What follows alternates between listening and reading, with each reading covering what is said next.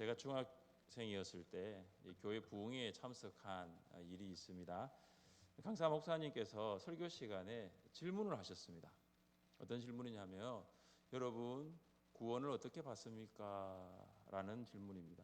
여러분 구원을 어떻게 받습니까? 세 가지 보기를 주셨어요. 그래서 1번은 뭐냐 하면은 100% 믿음으로 구원을 받습니다. 2번은 100% 행함으로 구원을 받습니다. 마지막 3번은 믿음 50%, 행함 50%로 구원을 받습니다. 이렇게 보기를 세 가지를 줬습니다. 강사 목사님이 자, 이 세 가지 중에서 어떻게 구원을 받습니까? 몇 번일까요? 물었습니다. 여러분 몇 번입니까? 1번입니까? 그래서 많은 성도님들이 1번의 손을 딱 들었습니다. 그리고 넘어가면 되는데 이 목사님이 이런 말씀하셨습니다. 어떻게 믿음만으로 구원을 받을 수 있습니까? 그래도 주일 성수하셔야죠. 그래도 구제와 봉사도 하셔야죠. 전도도 하시고 선교도 해야 구원을 받을 수 있습니까? 목사님이 계속해서 행함을 강조하시는 거죠. 그래도 행함을 해야 되죠. 그러니까 1번 100% 믿음으로 구원을 받습니다라고 손을 들었던 성도님 손이 한 사람, 두 사람 내려오는 거죠. 여러분 어떻게 생각하십니까? 강사 목사님께서 이렇게 말씀하신 것은 그때 모여있는 이 성도님들을 테스트하기 위해서입니다. 그러니까 믿음만으로 구원을 받습니다. 이 확신이 부족한 성도님들. 그러면서 맞아. 어떻게 믿음만으로 구원을 받아? 그래도 행함이 있어야 된다라고 하시는 분들이 이제 조금씩 흔들리기 시작했던 것이죠. 사랑하는 성도 여러분, 구원은 믿음이면 충분한 줄 믿습니다. 믿음으로 구원받은 성도는 믿음 안에서 살아야 합니다. 여러분 믿음으로 구원받으셨습니까? 자, 그렇다면 믿음 안에서 살아가고 있습니까? 믿음으로 구원을 받으셨다면 믿음 안에서 사시기를 주님의 이름으로 축복합니다.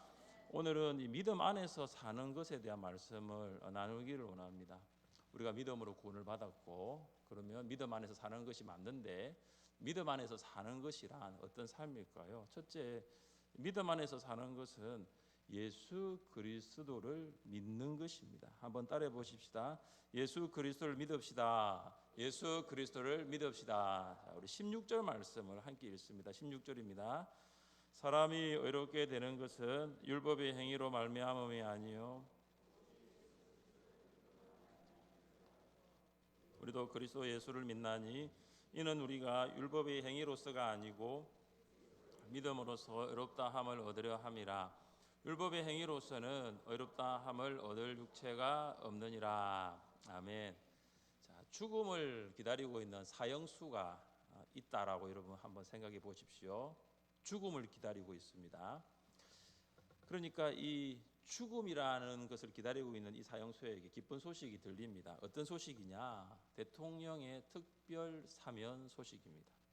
그러니까 사형수로서 감옥 안에서 이제 비참한 삶을 살다가 죽을 줄만 알았는데 그가 특별 사면으로 감옥에서 이제 나와서 새로운 삶을 시작하게 됩니다. 우리는 이것을 은혜라고 부르죠. 무슨 말이냐 하면 이 사형수가 내가 새 사람이 되기 위해서 내가 감옥에서 나오기 위해서 한 일은 없습니다.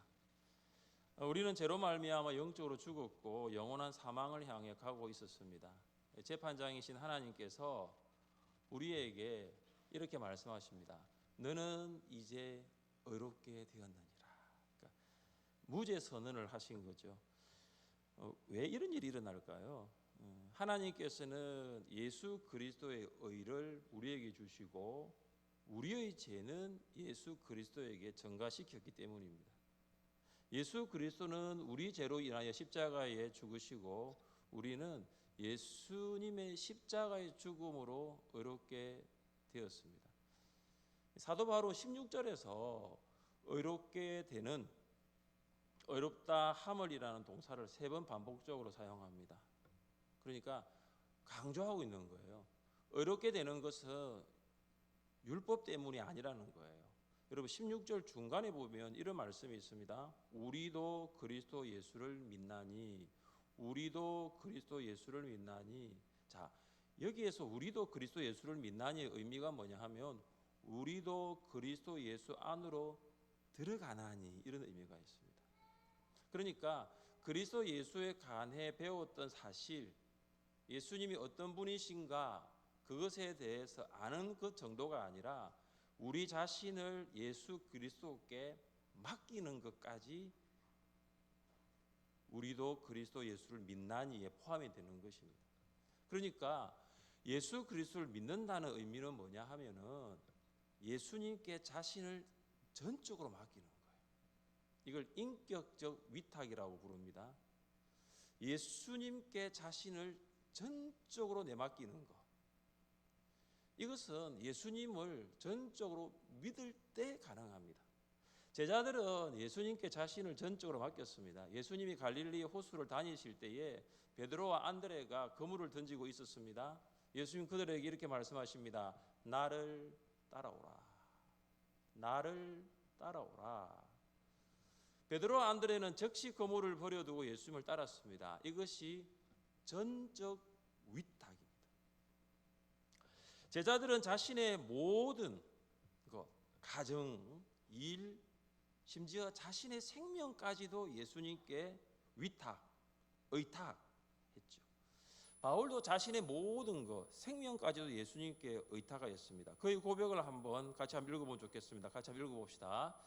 나의 달려갈 길과 주 예수께 받은 사명 곧 하나님의 은혜의 복음을 증언하는 일을 마치려 하면은 나의 생명조차 조금도 귀한 것으로 여기지 아니하노라. 아멘. 여기 보시면 나의 생명까지, 이게 어떻게 가능할까요?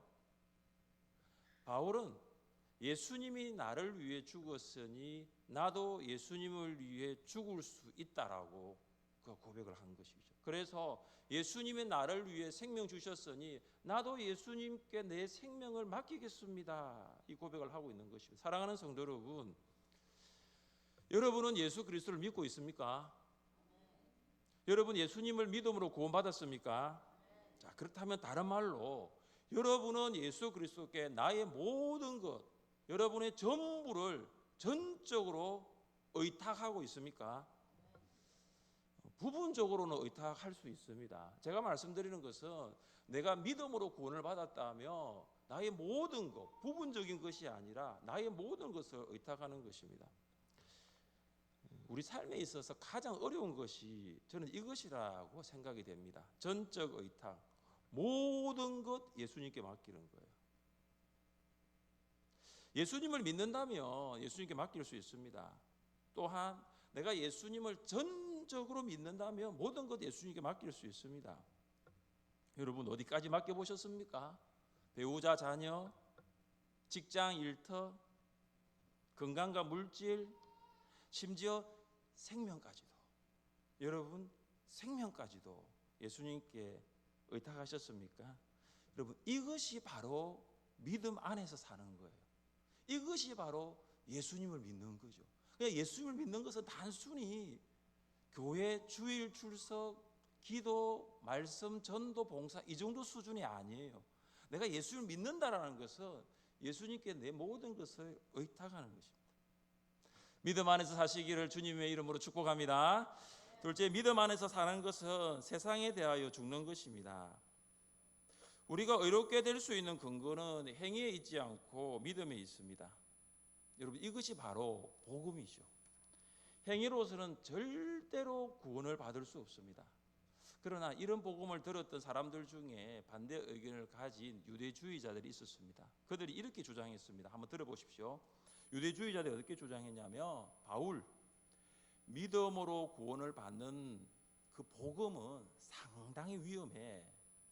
자, 그리스도인이 믿음으로서 의롭다함을 받는다라고 한번 생각해 봅시다. 그런데 구원받은 그리스도인들이 구원받은 이후에도 여전히 죄를 짓고 있다면 어떻게 믿음으로 의롭게 되었다라고 말할 수 있는가? 이게 유대주의자들의 주장이에요. 그러니까 믿음으로 구원을 받았는데, 믿음으로 의롭다함을 받았는데 구원 이후에도 죄를 짓는다면 그거 어떻게 의롭게 되었다라고 네가 말할 수 있느냐, 이렇게 유대주의자들이 주장을 합니다. 자, 이때 바울은 그들의 주장을 어떻게 변정하였습니까? 자, 17절 말씀을 함께 읽겠습니다. 17절입니다. 만일 우리가 그리스도 안에서 의롭게 되려 하다가 죄인으로 드러나면 그리스도께서 죄를 짓게 하는 자냐? 결코 그럴 수 없느니라. 아멘. 바울은 어떻게 이야기하냐면 믿음으로 의롭게 된 그리스도인도 죄를 지을 수 있다라고 합니까? 없다라고 합니까? 죄를 지을 수 있다 아니면 없다? 자, 있다 1번. 자, 1번 있다. 자, 없다 2번. 네, 손을 들지 않겠습니다. 좀 부끄러울 수 있으니까. 죄를 지을 수 있다. 한 가지 예를 들겠습니다. 예수님은 베드로의 발을 씻어 주려고 하셨어요. 요한복음 13장에 보면 나옵니다. 근데 베드로가 거절합니다. 왜냐하면 베드로는 예수님이 몸을 낮게 숙여서 종처럼 나의 발을 씻길 수 없다라고 생각한 것입니다. 그런데 예수님이 어떤 말씀하십니까? 베드로에게 너의 발을 씻어주지 아니하면 너는 나와 아무 상관이 없다라고 하십니다. 자, 그때 베드로가 뭐라고 합니까? 주여, 내 발뿐 아니라 손과 머리도 씻어 주옵소서. 이 말은 뭐냐 하면 완전히 목욕하기를 원한다는 거예요. 자, 그렇다면 예수님이 베드로의 손과 머리, 그러니까 다시 말해서 몸을 다 씻어 주었습니까? 씻어 주었나요? 그렇지가 않죠. 예수님 말씀하십니다. 예수께서 이르시되 이미 뭐한 자는, 화면에 띄워주면 좋은데요. 자, 예수께서 이르시되 이미 뭐한 자는, 목욕한 자는, 예수께서 이르시되 이미 목욕한 자는 발밖에 씻을 필요가 없느니라. 이 말이 무슨 말이냐 하면은 베드로는 이미 예수를 믿었어요. 예수님을 믿고 의롭게 되었습니다. 그래서 이것이 표현이 뭐냐면 이미 목욕한 거예요. 그렇지만 베드로는 발을 씻어야 했습니다. 무슨 말입니까? 믿음으로 의롭게 되어도 죄를 지을 수 있다라는 것입니다. 그래서 바울은 율법을 행함으로 구원을 받는다고 믿는 율법 체계를 다시 세울 수 없다라고 강조합니다. 18절입니다. 만일 내가 흘렀던 것을 다시 세우며 내가 나를 범법한 자로 만드는 것이라. 바울은 율법 준수로 의롭게 될 수 있다라고 믿었던 유대인들의 율법 체계를 헐어버렸습니다. 그리스도인들이 믿음으로 의롭게 된 후에 죄를 짓는다고 해서 이 헐어버렸던 율법 체계를 다시 세울 수 없다라는 것입니다. 그러니까 율법 체계를 다시 세우는 것은 예수 그리스도만으로 충분하지 않다라는 것과 같기 때문입니다. 그래서 바울은 확신했습니다. 의롭다함을 받기 위해서는 예수 그리스도 외에 더 이상 추가될 것이 전혀 없습니다. 그러니까 의롭다함을 받기 위해서는 예수 그리스도밖에 없습니다. 예수 그리스도이면 충분합니다. 혹시 예수 그리스도 외에 다른 것이 있다고 말하면 그것은 복음이 아닙니다. 우리가 이제 이 15절 앞에 있는 본문에 보시면 안디옥에서 베드로가 이방인들과 식사를 할 때 베드로가 외식을 했죠. 무슨 말이냐면 하나님과 베드로 사이에 예수님이 계신 것이 아니고 율법이 있었어요. 이것은 믿음 안에서 사는 삶이 아닙니다. 믿음 안에서 사는 삶이 무엇입니까? 우리 19절 말씀을 같이 읽습니다. 19절입니다. 내가 율법으로 말미암아 율법에 대하여 죽었나니 이는 하나님에 대하여 살려 함이라. 아멘. 바울은 율법으로 돌아가지 않습니다. 왜냐하면 율법에 대하여 완전히 죽었기 때문에.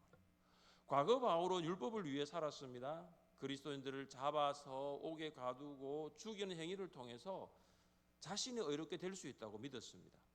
바울은 의롭다함을 받기 위해서 율법을 지키며 살아왔습니다. 그런데 부활하신 예수를 만남을 통해서 율법을 향해 달려왔던 그의 삶이 하나님을 향해 사는 것으로 바뀌어 버립니다. 과거에는 자신의 노력으로 살았던 바울이 이제는 예수 그리스도를 믿음으로 하나님께 자신을 드리고자 결심합니다. 그래서 믿음으로 사는 것은 가치관의 변화입니다. 여러분, 가치관은 이 가치를 바라보는 관점입니다.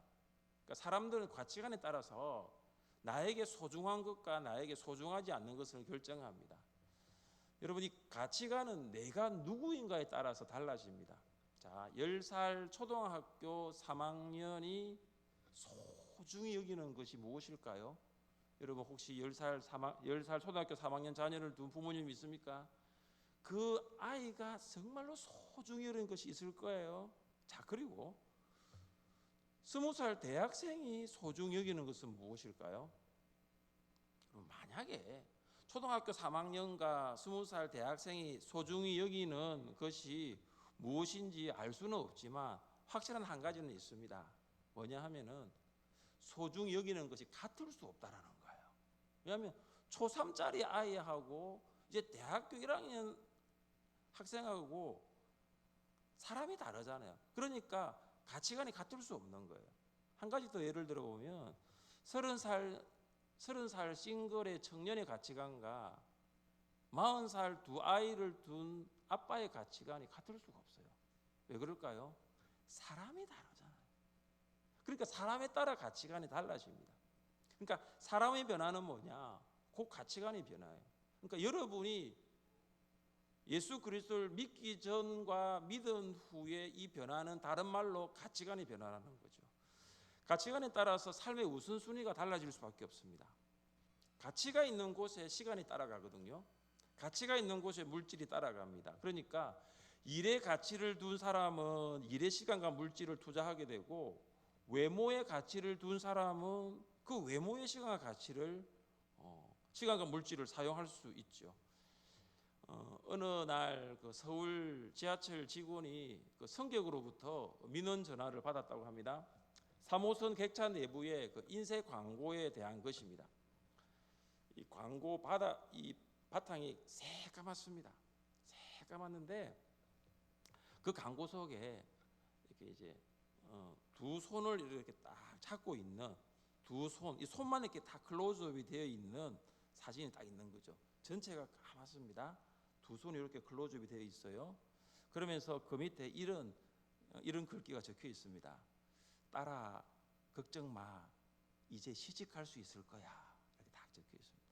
그리고 기퉁에다가 뭐라 적혀 있냐면은 어디 성형외과 의원 이렇게 적혀 있는 거죠. 무슨 말이냐 하면은 웃으시는 분들은 아실 수 있겠죠. 이 성형외과 의원 가서 엄마 손을 잡고 성형외과 의원 가면 시집을 갈 수 있다는 거죠. 자, 제가 이야기를 읽으면서 세상의 가치관이 지금 어디에 있는가, 불신자의 가치관이 지금 어디에 있는가를 잘 반영해 주는 거죠. 자, 믿음 안에서 산다는 것은 무슨 말입니까? 세상에 대하여 죽는 거예요. 바울은 믿음 안에서 사는 성도에게 이렇게 권면합니다. 그리스도 예수의 사람들은 육체와 함께 그 정욕과 탐심을 십자가에 못 박았느니라. 예수 그리스도를 믿는 사람은 육체와 정욕, 탐심을 십자가에 못 박은 사람인 줄 믿습니다. 그래서 사람이 주님 만남을 통해서 이 가치관이 변화되면요, 내가 원하는 것보다 하나님께서 원하시는 것을 더 많이 말을 합니다. 내가 원하는 것보다 하나님께서 원하시는 것을 더 많이 생각해요. 왜냐하면 사람이 달라졌으니까. 내가 세상에 대하여 십자가에 못 박아 죽었기 때문에 내가 원하는 곳보다 하나님께서 원하는 곳에 더 많이 가는 거죠. 이것이 바로 세상에 대하여 죽은 믿음으로 사는 사람의 모습인 줄 믿습니다.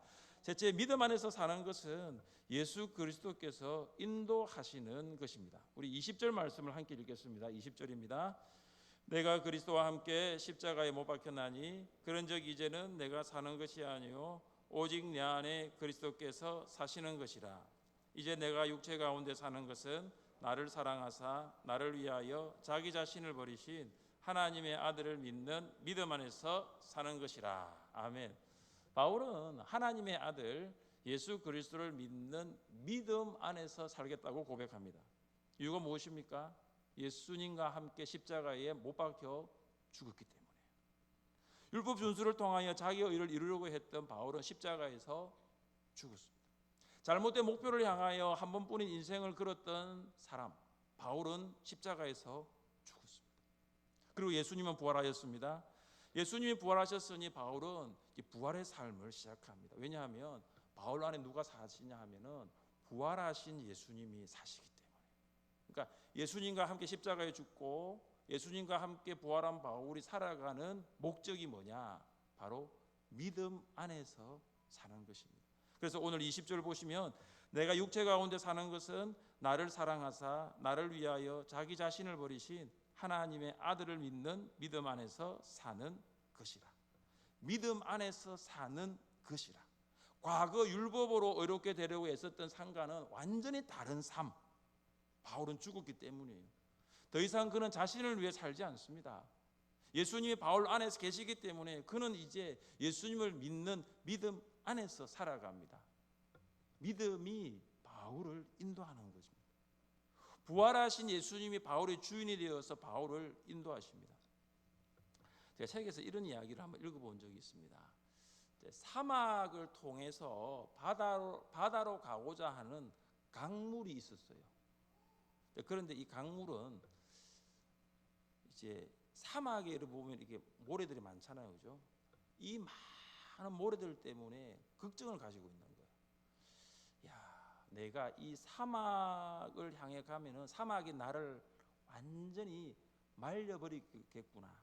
그리고 내가 사막으로 갈 때 저 태양의 뜨거운 열기가 나를 다 태워버리겠구나. 그래서 나는 악취가 풍기는 늪지대로 변할 수밖에 없겠지. 그런 걱정으로 탄식하고 있었습니다. 그때 이 강물이 한 소리를 듣습니다. 어떤 소리를 듣냐 하면은 이런 소리를 들어요. 사막을 한번 믿어보세요 라는 소리를 듣습니다. 그래서 강물은 그 말을 믿고 사막에 자기 몸을 맡깁니다. 그러자 사막의 뜨거운 열기 때문에 강물이 어떻게 되냐면 수증기가 되어서 하늘로 올라갑니다. 그리고 하늘로 올라간 강물은 구름이 되어서 뜨거운 사막 위를 둥둥 떠서 흘러갑니다. 구름은 사막을 지나 바다 위에 도착하여 비가 되어 바다 위에 내립니다. 그러니까 바다로 나가고 싶었던 강물이 사막을 만나 탄생하였습니다. 그러니까 이 사막 때문에 바다를 갈 수 없다고 생각했어요. 그런데 어떻게 됩니까? 자신을 사막에 맡겼을 때에 구름이 되고 그 구름은 비가 되어서 비로소 강물은 바다로 갈 수가 있었습니다. 여러분 예수님을 하나님의 아들로 믿습니까? 그렇다면 예수님께 여러분의 인생을 맡겨보십시오.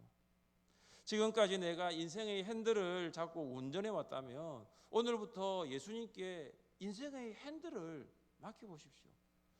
사실 돌아보면 우리가 우리 인생의 핸들 잡고 운전하면서 사고를 낸 것이 한두 건이 아니잖아요. 그죠? 무사고가 아니잖아요. 내 인생에 무사고는 없었잖아요. 지난 날을 돌아보면요, 엄청나게 사고를 많이 내었잖아요. 그러면 이제는 더 이상 내가 그 인생의 핸들을 붙들고 있으면 안 됩니다. 예수님께 내 인생의 핸들을 맡기는 것입니다. 그때 예수님께서 여러분의 인생을 책임지고 인도하여 주실 줄 믿습니다. 예수님이 인도하시는 장소에는요, 하나님의 은혜와 평강이 항상 넘칩니다. 예수님이 인도하시는 만남에는 상상하지 못한 감동과 기대가 있습니다. 예수님이 인도하시는 일에는 우리의 계획을 능가하며 우리가 아니라 하나님이 일하시는 역사가 그곳에 있습니다. 사랑하는 성도 여러분, 믿음 안에서 사는 것은 어떤 삶일까요? 예수님을 믿는 것입니다. 예수님께 부분 의탁이 아니라 여러분이 가지고 있는 전부를 전적 의탁하는 것입니다. 믿음 안에 사는 것은 세상에 대하여 죽는 것입니다. 믿음 안에 사는 것은 예수님께서 인도하시는 것입니다. 믿음으로 의롭다함을 받았으니 이제 믿음 안에서 예수님과 함께 살아갈 수 있기를 주님의 이름으로 축복합니다.